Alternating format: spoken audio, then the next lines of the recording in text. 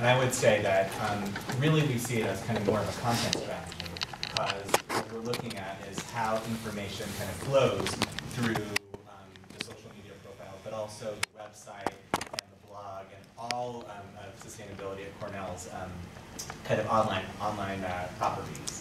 So Scott and I are from a business called Think Topography, and we were involved with the early planning stages of the website, in fact.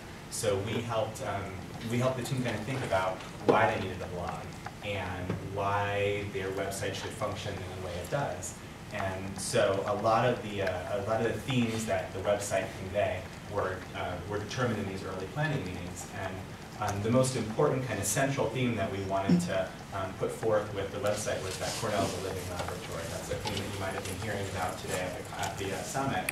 That the idea that if you can learn about composting here at Cornell, and you can learn about water conservation, and you can learn about waste management, all these are things that you can actually take forth into the world, and places where you go where they don't have a composting program, you can be like, oh, well, we did that at Cornell, and here's the way it used to work at the university. So this concept of you learn about how these sustainability initiatives can be implemented in an institution or in a workplace, you can actually take that out into the world.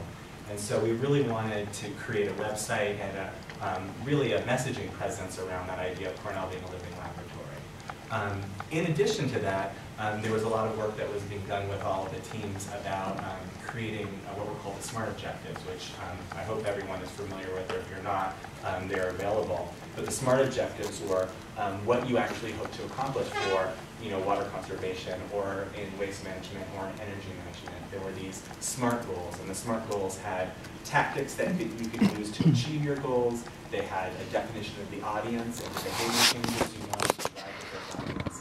There were these SMART goals that were put forth. And the content strategy that we put together really tried to incorporate the idea of enforcing and helping to promote these SMART goals, as well as keeping all within the context of Cornell being a living laboratory.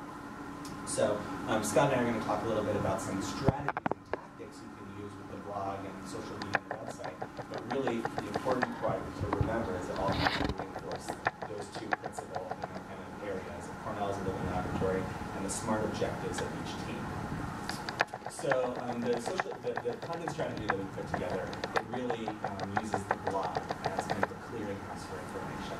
We want to bring people back to the blog as much as possible, because we do some work in order to make it so that when you're in a blog post, you can actually learn more about sustainability initiatives. We wanted to use the blog as like an attractor for audience members, so that once they're there, they can be like, oh, well, what's going on, let's just take back the tap initiative, or what is this composting in the dining room